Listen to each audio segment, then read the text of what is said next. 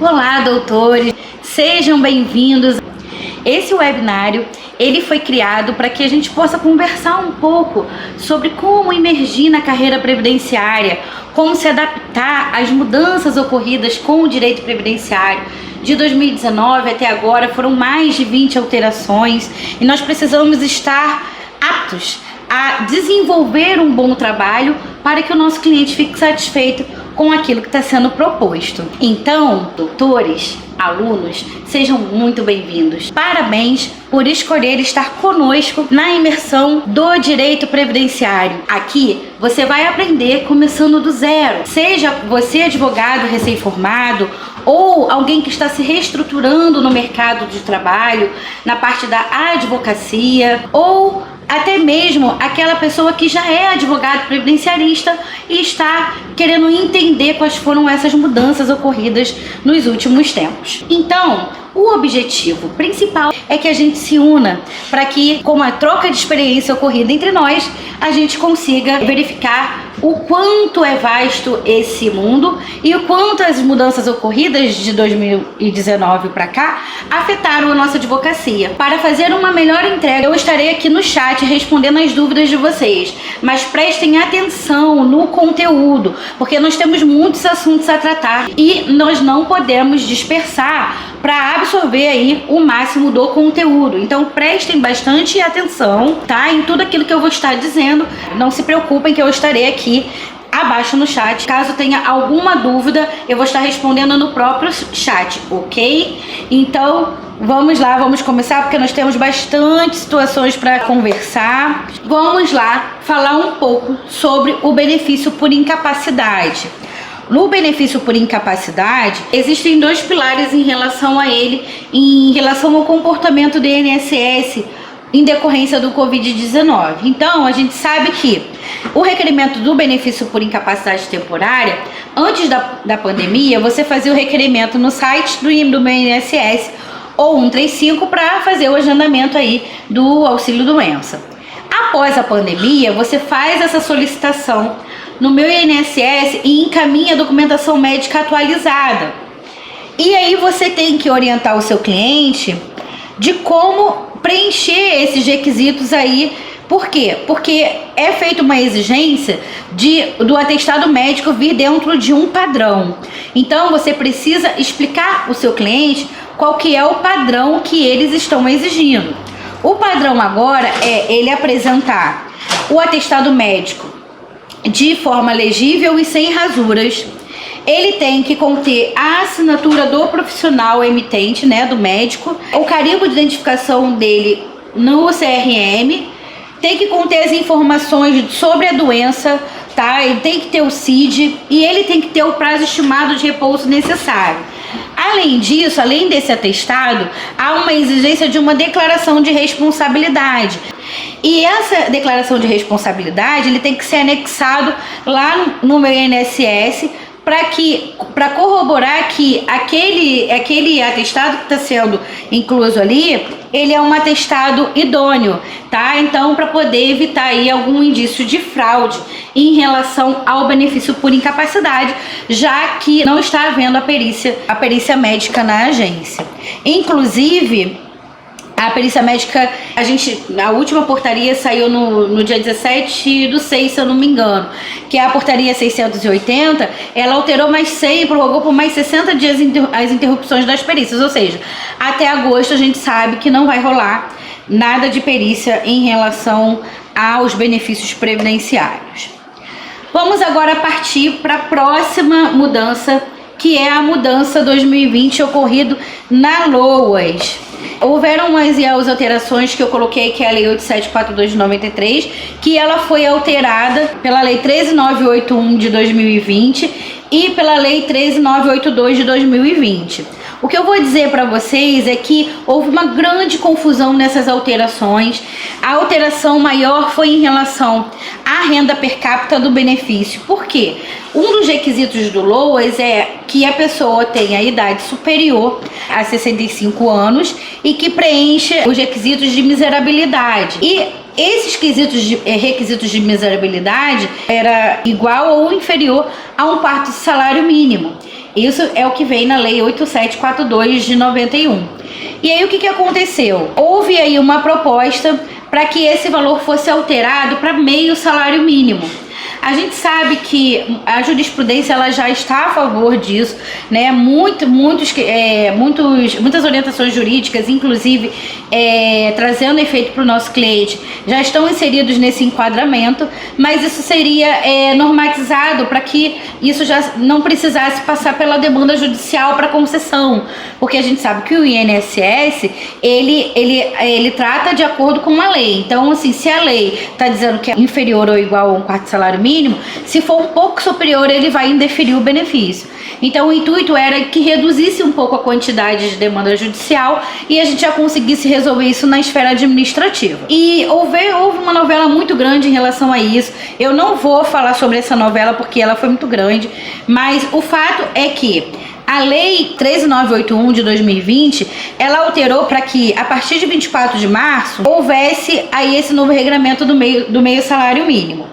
E aí, no dia 30/3, o que aconteceu? No dia 30/3, o Senado aprovou um projeto de lei e aí ia ampliar um quarto salário mínimo até 31 de dezembro e a partir de janeiro seria meio salário mínimo.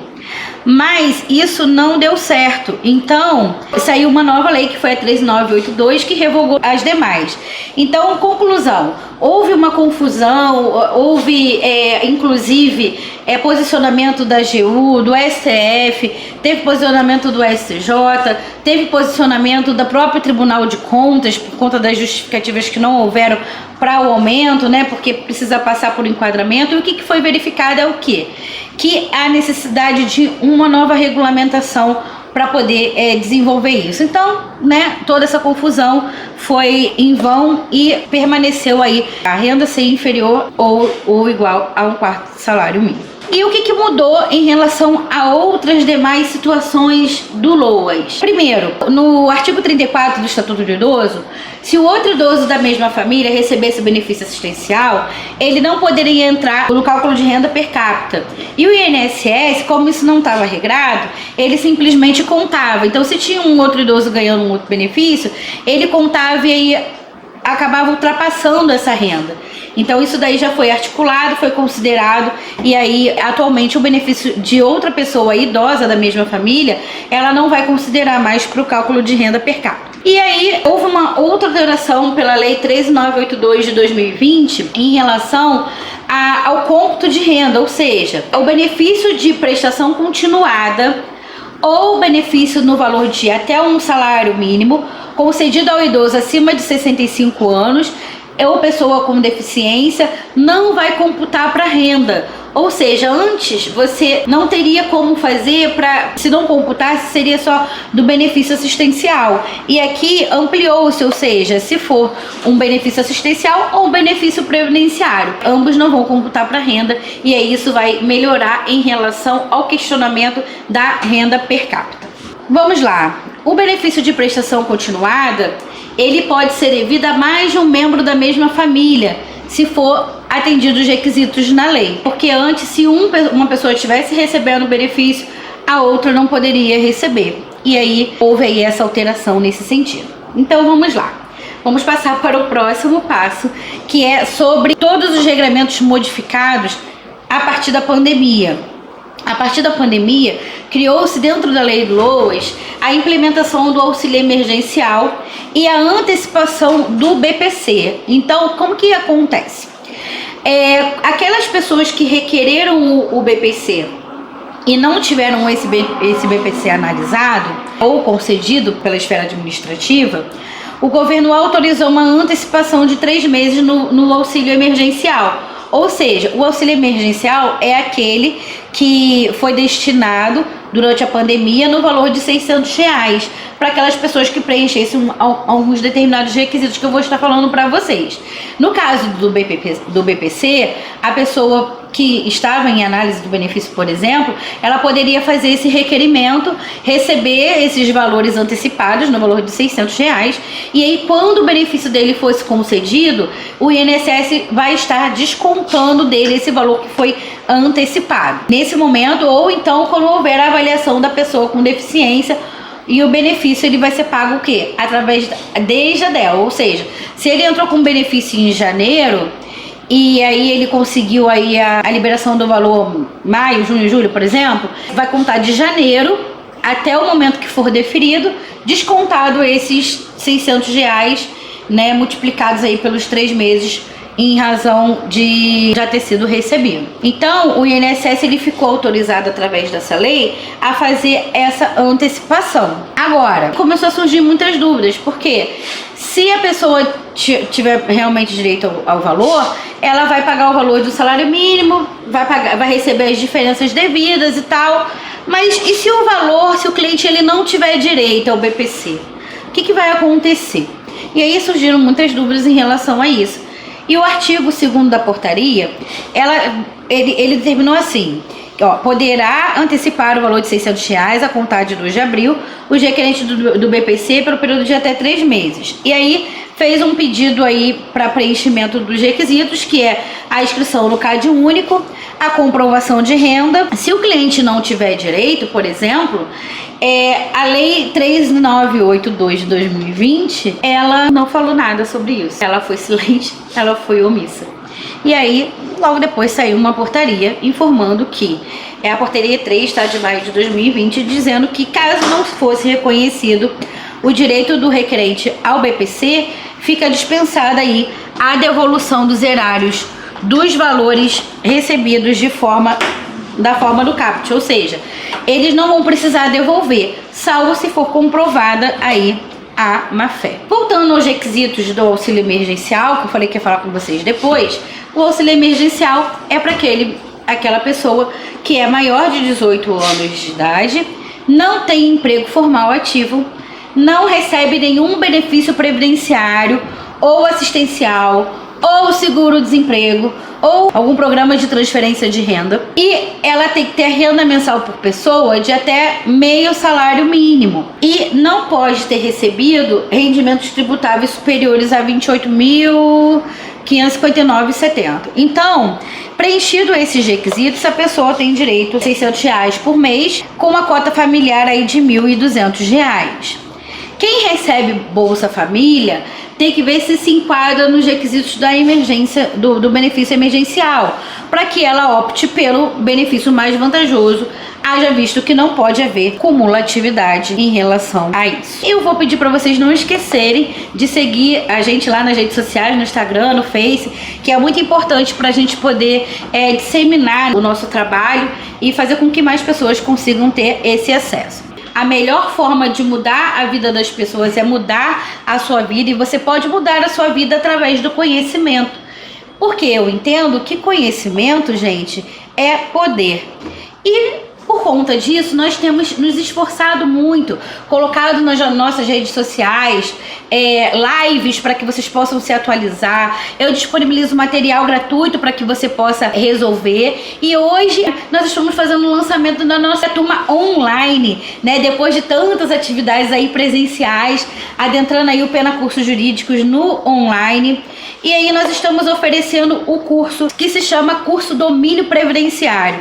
E a estrutura desse curso é sensacional. Nós temos aí no curso mais de 100 horas de aprendizado, de forma que você vai conseguir fazer de um pouco mais calmo do que foi, né? Entendeu? Passo a passo, bem devagarzinho, para você entender realmente, praticar. E aí eu coloco o estudo completo do benefício, o passo a passo prático para a concessão dos benefícios, o passo a passo prático para a revisão de benefícios, tudo sobre processo administrativo, processo judicial. As jurisprudências serão sempre atualizadas. Eu vou pegar vários casos concretos, inclusive já peguei do escritório, que eu vou destrinchar eles com vocês, inclusive coisas que não estão na lei, mas estão na jurisprudência, os entendimentos mais dominantes e como você aplicar isso para o seu cliente em casos análogos. Vai ter, além dos estudos de casos concretos, a gente vai disponibilizar um quiz previdenciário para você conseguir verificar em qual patamar você está, o quanto você está aprendendo. Vamos falar sobre contrato de honorários, como você realmente fazer todas essas cláusulas de contrato para você desenvolver isso no seu escritório, se for esse o seu objetivo. O material dele, ele está totalmente incluso. E os módulos do curso eu disponibilizei. Nosso curso ele vai acontecer em 15 módulos. O módulo 1 nós vamos falar sobre os primeiros passos para entender como atuar no direito previdenciário de forma, claro, bem mais profunda do que a gente conseguiu. O módulo 2 vamos falar sobre gestão de escritório. Esse módulo é um módulo bônus, tá? A gente vende ele de forma apartada, tá? Então ele vai estar incluso nesse curso.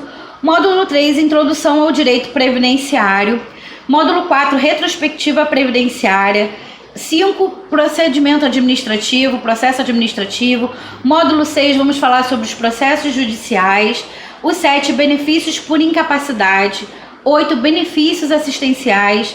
9, pensão por morte. 10, auxílio reclusão. 11, salário e maternidade. 12, aposentadoria. Módulo 13, benefícios rurais. Vai ter uma surpresa aí para vocês. O 14, planejamento previdenciário. E o módulo 15 é sobre revisão de benefícios. Lembrando que o curso de gestão de escritório ele custa o valor de R$ 597,00. E dentro desse curso que a gente está desenvolvendo, o curso de domínio previdenciário, ele vai já estar entrando como bônus. Então eu preparei 4 bônus para vocês. O primeiro bônus é esse curso. O segundo bônus é a legislação completa que eu vou estar inserindo na plataforma. Fichas de atendimento do cliente, eu vou estar inserindo na plataforma também de forma gratuita para vocês conseguirem desenvolver aí cada benefício, o que você vai perguntar, o que é importante questionar. Vou colocar alguns modelos de petição no bônus 2. O bônus 3 vai vir a parte já de como te auxiliar a fazer o cálculo previdenciário. E eu vou disponibilizar kit de planilhas previdenciárias para você, tabela de piso e teto dos benefícios, índice de reajuste de benefício, correção monetária. É importante você saber que no bônus 4, a gente vai... o bônus 4, na verdade, é a comunidade fechada do Facebook, onde só vão ter alunos, que é para fazer o quê? Para fazer network, troca de experiência, inclusive formação de parcerias. Isso acontecia muito no nosso presencial, né? E a gente quer que isso seja fomentado cada vez mais no online também. E o nosso curso, ele vai ter a garantia de 7 dias. Ou seja, não tem nenhum risco. Você pode comprar o curso e aí você tem 7 dias para ver se esse curso realmente é para você. Na plataforma você vai conseguir ver tópico por tópico, né? Porque eu só falei o módulo de uma forma geral.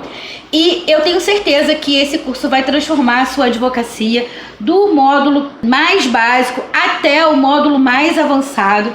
E eu acredito que vai valer muito a pena, porque o que você vai aprender nesse curso, você vai conseguir ganhar bastante dinheiro com ele. Na nossa primeira turma, o valor do curso ele é R$ 1.497, mas o valor do curso, nessa primeira turma, a gente vai fazer 12 vezes de R$ 99,70 no cartão de crédito ou à vista no cartão de crédito ou boleto.